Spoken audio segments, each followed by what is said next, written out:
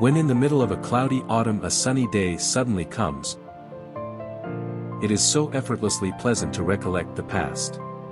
100 million years ago, a warm sea swashed where Central Europe is now located.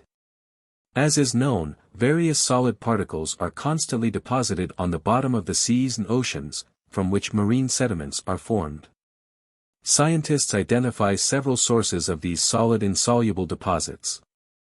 First, water transports huge amounts of solid materials, sand, clay, etc., from the land to lakes, seas, and oceans.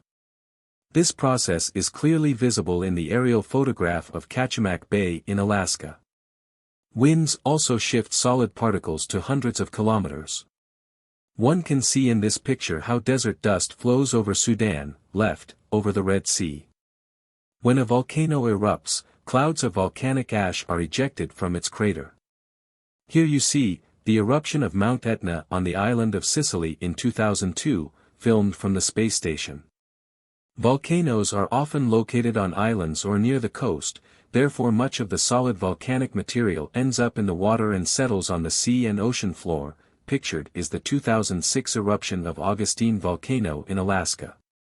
Another significant source of solid sediments is shell fragments and skeletons of marine inhabitants. We shall talk about them in more detail. To illustrate our story, we shall use drawings from the book Art Forms of Nature, by the outstanding German natural scientist Ernst Haeckel.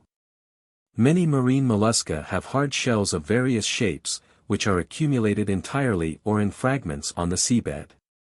Hard skeletons are found in sponges, aquatic multicellular animals, and in marine invertebrates, coral polyps. These animals can be seen with the naked eye while diving into the sea or simply by visiting an oceanarium. Photos of corals are taken at the Seattle Aquarium. However, there is also a diverse world of invisible microscopic creatures discovered by the Dutch scientist Antony van Leeuwenhoek and his microscope. Note the small object Leeuwenhoek holds in his hand in the portrait by the Dutch artist Jan Verkely. This is a microscope that has a small lens and two adjustment screws, allowing one to change the location of the sample under consideration. One day, Leeuwenhoek decided to examine a drop of rainwater with his microscope and discovered in it many living organisms, which he called animalcule. Nowadays, we call them microorganisms. We can see them in the engraving made by John Pass after an illustration by Daniel Dodd. The ocean is home to many shelled microorganisms, single-celled animals called foraminifera. Their shells make up the foraminiferal silt that covers about 50% of the ocean floor. By the way, the chalk that we use to write or draw with on blackboards consists mainly of the shells of fossil foraminifera. Silicon-containing skeletons are found in Radiolaria, one of the most common marine single-celled animals. When Radiolaria die, they are first accumulated in the form of silt and are then transformed into sedimentary siliceous rocks. About 90% of known Radiolaria are extinct and fossil species. They are used by geologists to determine the age of sedimentary rocks. Some plants, namely the microscopic algae, diatoms, also have hard silicon-containing shells. Diatoms live in all water bodies on our planet and produce, according to various estimates, from 20% to 50% of the oxygen that we breathe. This image by Professor Gordon T. Taylor of Stony Brook University shows what diatoms that live between crystals of sea ice in McMurdo Sound, in Antarctica, look like under the microscope. Well, we cannot help but tell you about another source of solid marine sediments, hydrothermal vents, also known as smokers.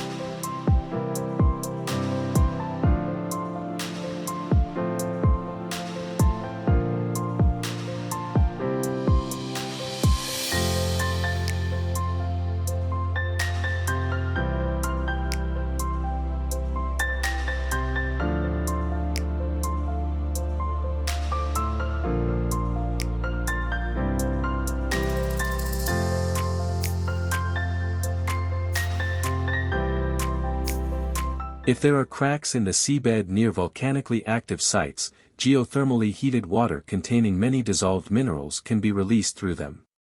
These substances form rocks and mineral ore deposits on the sea and ocean floor. Depending on the chemical composition of the water they emit, smokers are divided into black, left, a black smoker in the Pacific Ocean near New Zealand, and white, right, a white smoker in the Pacific Ocean near the Northern Mariana Islands. Thus, many million years ago, as well as today, the seabed was covered with a many-meter stratum of solid marine sediments. The current appearance of Europe and its topography were shaped by volcanic activity and movements of tectonic plates. Sedimentary strata formed in the depths of a prehistoric ocean gradually became dry land. Earthquakes contributed to its cracking. Then, the wind, as well as rain and river water, formed individual bizarre rocks and entire rock cities.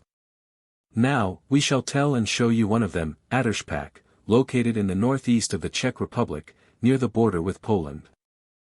In ancient times, Adershpak served as a shelter for local residents during armed conflicts and wars. In the late 18th century, the rocky city became a popular place for strolls of high society gentlemen and ladies. We can see them in a watercolor by the Czech canonic and artist Jan Antonin Venuto and lithographs by the German artist Karl Mattis. It is known that the great German poet Johann Wolfgang von Goethe loved to travel. In 1790, he visited Adershpak. His bust is installed on one of the rocks. In the early 19th century, Adershpak belonged to Ludwig Karl Nadherny. He built a network of hiking trails, gazebos, and bridges between the rocks of Adershpak, which are still in use today. The Nadhernys have been known since the 17th century. Their representatives were craftsmen and traders. Ludwig Karl's father was ennobled in 1838 as a successful entrepreneur and landowner. Ludwig Karl Nadherny was knighted on September 8, 1865 with the title of Bor-Rudin. Since 1933, the Adershpak rocks have been protected by the state as a national nature reserve.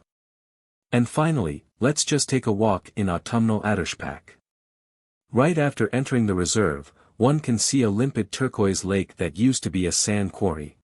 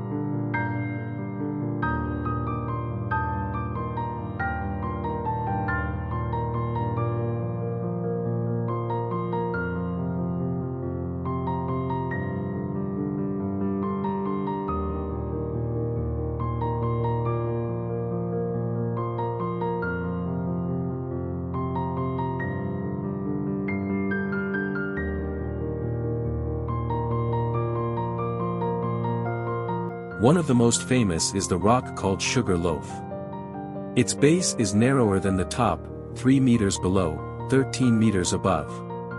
Its height is 52 meters, and its weight is approximately 40 tons.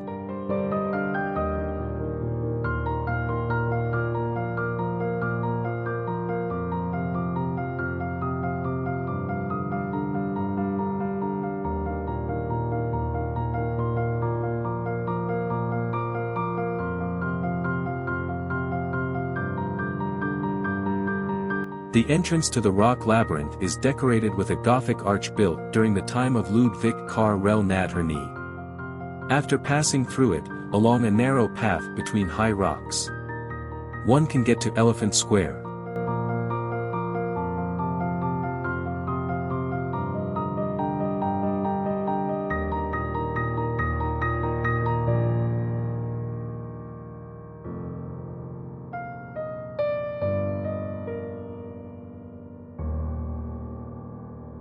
In 1844, there was a severe flood in Adderspach, during which the water rose almost 2 meters.